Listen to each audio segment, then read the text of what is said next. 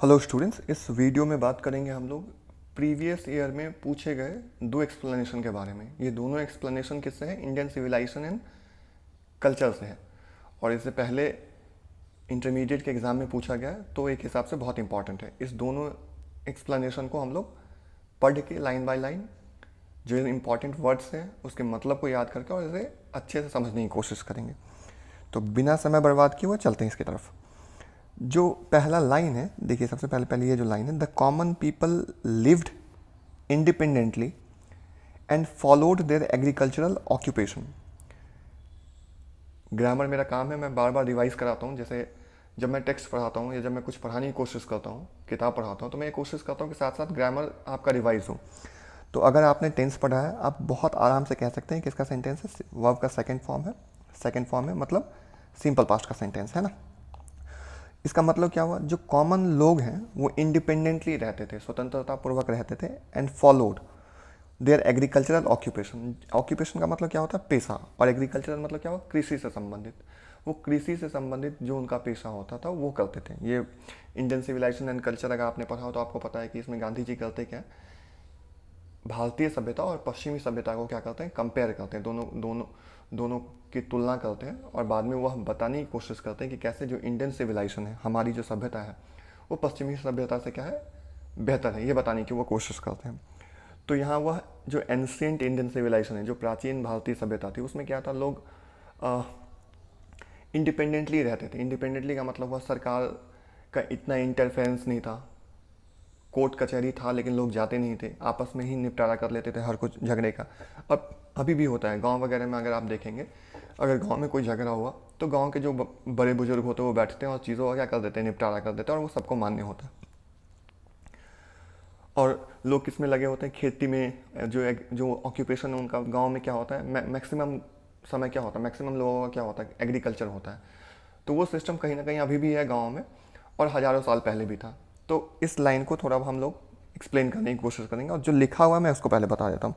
The above line, above line का मतलब क्या हो? ऊपर जो लाइन लिखा हुआ है, has been taken, present perfect का पैसिव है, इसे लिया गया है from the essay Indian civilization and culture. Indian civilization and culture जो है उस एसे से लिया गया है, रिटन बाय महात्मा गांधी, महात्मा गांधी के द्वारा जो लिखा गया है। और मैं आपको ये बताना चाहूँगा, इंडियन सिविलाइजेशन एंड कल्चर एक सेपरेट एसे नहीं है, यह एक बुक है, हिंद स्वराज। उस हिंद स्वराज में गांधी जी ने इंडियन सिविलाइजेशन और वेस्टर्न सिविलाइजेशन के बारे में जो बताया है, वहाँ से इसे लेके और आपकी बुक में डाला गया है। मतलब ये एक एक्सट्रैक्ट है, एक हिस्सा है ना। ठीक है, फिर से ये हेयर, हेयर मतलब पता है आपको। यहाँ महात्मा गांधी हाईलाइट्स, हाईलाइट का मतलब क्या हुआ? किसी देखो, हाईलाइट का मतलब होता है, मैं अगर आपको ऐसे बोलूँ, सामने लाना। सामने लाना किसी चीज़ को ऐसे दिखाना जो जो प्रमुखता से दिखे, वो है ना। जैसे आप हाईलाइटनर का यूज़ करते हैं तो कैसे कोई लाइन आपको याद रहता है, वो चीज़ बोल्ड होकर दिखता है आपको। तो महात्मा गांधी यहाँ हाईलाइट करते हैं the simplicity and self reliance of ancient Indian society. अभी से तोड़ते हैं। सिंप्लिसिटी मतलब क्या हुआ? जो साधारणपन है। सिंप्लिसिटी मतलब बहुत बहुत सिंपल था सब कुछ, है ना, सिंपल होने का जो गुण है। And self reliance of, self reliance मतलब क्या? आत्मनिर्भरता। जो एंशिएंट इंडियन सोसाइटी था उसके सेल्फ रिलायंस को, उसके आत्मनिर्भरता को और उसके सिंप्लिसिटी को क्या करते हैं? यहाँ गांधी जी हाईलाइट करते हैं इस लाइन में, है ना।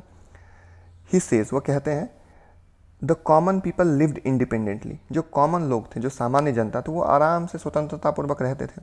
मीनिंग, इसका मतलब यह है, they did not depend heavily on rulers. वो निर्भर नहीं थे शासक के ऊपर या सरकार के ऊपर और एक्सटर्नल सिस्टम और बाहरी सिस्टम पे।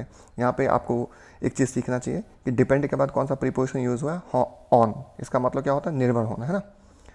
इंस्टेड, इंस्टेड मतलब क्या है? इसके बजाय दे मैनेज्ड देयर लाइफ्स। वो अपने लाइफ को मैनेज करते थे विथ डिग्निटी एंड फ्रीडम। अपने ज़िंदगी को जीते थे एकदम सम्मान के साथ और स्वतंत्रता के साथ। डिग्निटी मतलब सम्मान, और फ्रीडम मतलब क्या हुआ? स्वतंत्रता। अपनी ज़िंदगी को मैनेज करते थे सम्मान और स्वतंत्रता के साथ। मोस्ट ऑफ देम, उनमें से ज़्यादातर, वर इंगेज्ड इन एग्रीकल्चर। अगर आपने सिलेक्शन पढ़ा होगा तो आपको पता होगा मोस्ट ऑफ देम का मतलब क्या होता है? ज़्यादातर। उनमें से ज़्यादातर क्या थे? किस में इंगेज थे? किस में लगे हुए थे? एग्रीकल्चर में। एग्रीकल्चर मतलब क्या होता है? खेती, है ना। और इंगेज्ड इन मतलब क्या होता है? इंगेज के बाद प्रीपोजिशन क्या है? इन। ये भी ध्यान रखेंगे। इंगेज्ड इन मतलब किसी काम में लगा होना। Which was the main occupation, जो क्या था, मेन पेशा था। प्राचीन भारत में कृषि ही मेन पेशा था।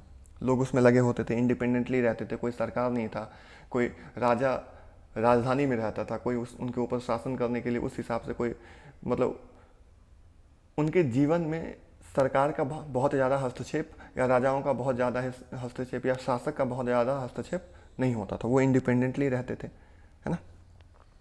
आगे है by working on their own land. अब ये बाई प्लस V4 का मतलब क्या होता है, कुछ कर, है ना। जैसे बाय लर्निंग इंग्लिश, इसका मतलब हुआ इंग्लिश सीख कर। तो यहाँ क्या मतलब होगा, by working on their own land, अपनी ज़मीन पे काम करके, and producing their own food, और अपना खाना खुद ही उत्पन्न करके, खुद ही उपजा के, they lived, simple past, honest and peaceful lifes, वो बहुत ईमानदार वाला और शांतिपूर्ण ज़िंदगी जीते थे। न किसी से लेना है, न किसी से देना है, खुद अपनी खेती कर रहे हैं, अब जो खाना है उन्हें, वो अनाज वो खुद उपजा रहे हैं, है ना। आगे है गांधी जी एडमायर का मतलब क्या होता है, प्रशंसा करना। Gandhi ji admired this way of living, जीने का जो यह तरीका था, गांधी जी उसे क्या करते थे, एडमायर करते थे, प्रशंसा करते थे, है ना। बिकॉज क्योंकि it was rooted in, rooted के बाद कौन सा प्रीपोजिशन यूज हुआ, इन, इसका मतलब होता है किसी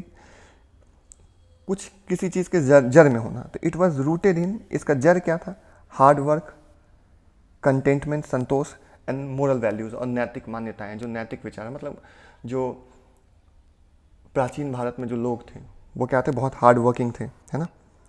उनके अंदर क्या था, कंटेंटमेंट था। कंटेंटमेंट का मतलब क्या हुआ, संतोष रहता था। एंड उनका जो मोरल वैल्यूज़ होता है, जो नैतिक मान्यता था, जो नैतिक उनका स्तर था, वो बहुत ऊंचा था, सही गलत में फ़र्क कर सकते थे।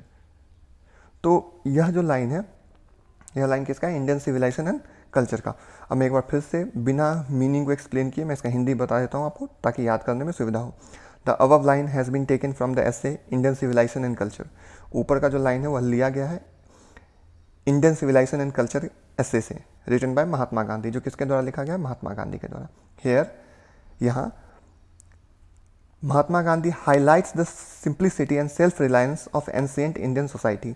महात्मा गांधी हाईलाइट करते हैं, किस चीज़ को हाईलाइट करते हैं, एंशिएंट इंडियन सोसाइटी के सेल्फ रिलायंस को एंड सिंप्लिसिटी को। सेल्फ रिलायंस मतलब आत्मनिर्भरता, और सिंप्लिसिटी का मतलब क्या होता है, सिंपल होने का जो गुण होता है ना।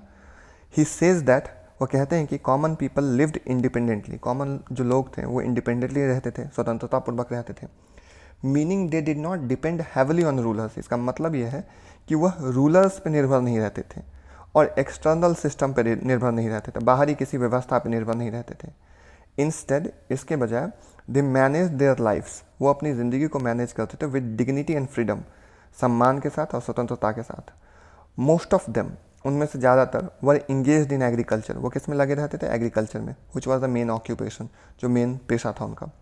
By working on their own land and producing their own food, अपने ज़मीन पे काम करके और अपना खाना खुद ही प्रोड्यूस करके, उत्पन्न करके, they lived honest and peaceful lifes, वो जीते थे बड़ा शांतिपूर्ण और ईमानदार वाला जीवन।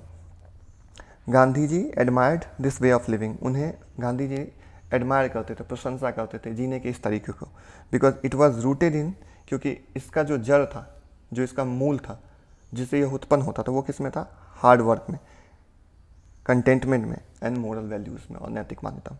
ठीक है, थैंक यू, इसे अच्छे से कंप्लीट कर लीजिए।